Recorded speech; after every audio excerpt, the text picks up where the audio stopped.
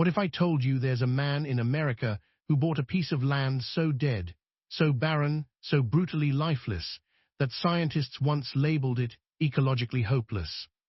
What if I told you that same man, someone nobody took seriously, ended up turning that wasteland into one of the greatest environmental comebacks in modern history? A place where ancient species returned, rivers woke back up, and entire communities were rebuilt from the dirt up. And what if I told you you've probably never even heard his name? Because he didn't do it for fame. He did it because he saw something nobody else could. Today, you're about to hear a story almost nobody knows, one that will make you rethink what a single determined person can do. Ready, let's go. Our story begins in southern Nevada, in a place so brutally hot and dry that locals called it the land time got bored of. For decades, the Ironwood Basin Ranch sat abandoned, a 92,000-acre stretch of cracked earth, dead mesquite trees, dust storms, rusted fences, and the ghost of a river that hadn't truly flowed since the 1950s. Nothing grew, nothing lived, and apparently, nothing could be saved. Every expert said the same thing. Don't buy it. Don't fix it. Don't bother. But one man didn't listen. The man who saw green where others saw dust. In 1997, a quiet, middle-aged engineer named Samuel Greer stepped out of a beat-up pickup truck and stared across this dying desert. Sam wasn't a rancher. He wasn't a scientist. He wasn't even rich. He was just stubborn. The kind of stubbornness that turns bad ideas into miracles. When Sam walked the property for the first time, he noticed something strange. Beneath the dead shrubs and gravel, small patches of soil were darker, almost like they were alive. Most people would have ignored it. Sam didn't. He crouched down, picked up a handful, rubbed it between his fingers, and said something nobody had said in 70 years. This land can come back. Everyone laughed. A local banker told him, "You'd be better off trying to revive a dinosaur." A scientist from UNLV asked, "You want to restore what, exactly?" Even his own brother said, "Sam, buddy, don't throw your money into a sand pit." But Sam bought the land anyway. For $6.5 million and unlimited headaches. The failed year that ended everything. The first year was a disaster. Sam planted native grasses. They died. He built small water catchment pits. A flash flood washed them away. He dug a test well. Bone dry. He spent nearly everything he had. And then one brutally hot August afternoon, the worst blow came. A dust storm ripped across the property, ripping fencing out of the ground and burying equipment under mountains of sand. A neighboring rancher found Sam sitting on his tailgate afterward, covered in dirt, staring at the mess. He told Sam the word Sam had secretly feared. Some land just doesn't want to live again. Sam didn't answer. But he didn't quit either. The moment the land whispered back. One morning in early spring, something tiny happened, small, almost invisible. A single sprig of Indian ricegrass, just one, poked out of a shallow basin Sam had dug months earlier. Just one blade of grass. But Sam stared at it like it was a neon sign from the universe. Because it meant one thing. The land wasn't dead. It was just waiting. That day changed everything. The plan that everyone called crazy. Sam went all in. He hired 2 soil scientists, 3 restoration crews, and built a small research station with one goal. Rebuild the desert the way nature would have, slowly, quietly, patiently. The steps were insane for one man to attempt.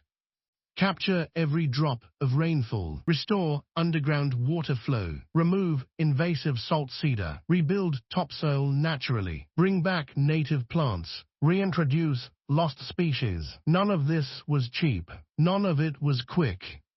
But Sam didn't care. He wasn't trying to build a ranch. He was trying to build an ecosystem. The first water miracle. After months of digging microbasins, terraces, and restoration trenches, something unbelievable happened. A shallow stream, dry for half a century, filled with water again. Locals assumed it was a freak storm, but then it happened again and again. The basins Sam built slowed down runoff, allowing water to sink into the ground instead of racing away. That water slowly resurfaced weeks later, not as floods, but as steady trickles. The ranchers who once mocked him now drove out to stare at it like it was magic. One man muttered, "He's making rivers out of rocks." Sam just smiled. The return of the lost herd. With water came grass. With grass came insects. With insects came birds. But the biggest shock. A herd of desert bighorn sheep, gone from the area for nearly 30 years, wandered back into the basin one morning like they'd never left. It was the first sign that the land wasn't just recovering. It was remembering. The species everyone gave up on. Sam didn't stop with restoring plants. He launched the Ironwood Basin Tortoise Program, focused on rescuing the nearly vanishing Mojave Desert tortoise, one of the slowest animals on Earth and one of the fastest to disappear. Eggs were failing, predators were increasing, habitat was shrinking to nothing. Experts told Sam the same thing they told Turner about the wolves. Let it go, it's too late. Sam ignored them. He built breeding habitats, predator-proof nurseries, climate-sheltered burrows, and waited. For years. Finally, after 4 breeding seasons, it happened. 34 healthy tortoise hatchlings emerged. Tiny but alive. It was the first successful large-scale captive survival group in the region. Sam stood there crying like he just watched his own kids take their first steps. The satellite photos that shocked the scientists. By 2009, something strange began happening. NASA, yes, actual NASA, picked up changes on satellite imagery over the basin. The patch that had once shown up as a pale gray, dead zone was turning green. Researchers thought it was an error, so they checked again and again. The green wasn't a glitch. It was Sam. His restoration work was so effective that it was visible from space. Think about that. One stubborn engineer, one chunk of dead land, one impossible idea, visible from space. The comeback no one saw coming. Over the next decade, the transformation became undeniable. Over 300 native plant species returned. Insects not seen for decades appeared again. Migratory birds began stopping in the basin. Pronghorn re-established a breeding population. Wetland patches formed around restored waterways. Monarch butterflies started using the ranch as a corridor. The desert wasn't just restored. It was thriving. The oasis that saved a town. Meanwhile, the nearby town of Ridgeton was dying. Businesses closing, young people leaving. Tourism is drying up. But then Sam opened the Ironwood Research Center to scientists, students, bird watchers, photographers, and eco-tour groups. Within 3 years, a new motel opened, a cafe expanded, jobs returned, local suppliers thrived, county tax revenue doubled. One shop owner said, "Sam brought water back to the desert and hope to return to this town. The hunting piage nobody expected." Here's the controversial part. Sam wasn't against hunting. In his eyes, ethical hunting, done right, funded conservation. So he partnered with wildlife biologists to create one of the most carefully managed hunting programs in the Southwest. Only old, non-breeding males could be taken. Every dollar went back into restoration. Hunters came from all over the country, and despite the criticism, the program funded soil restoration, tortoise research, wildlife tracking systems, invasive plant removal, Sam didn't apologize for it. He just pointed to the thriving wildlife numbers and said, "It's working." The technology that changed everything. Sam's ranch wasn't just nature. It was science.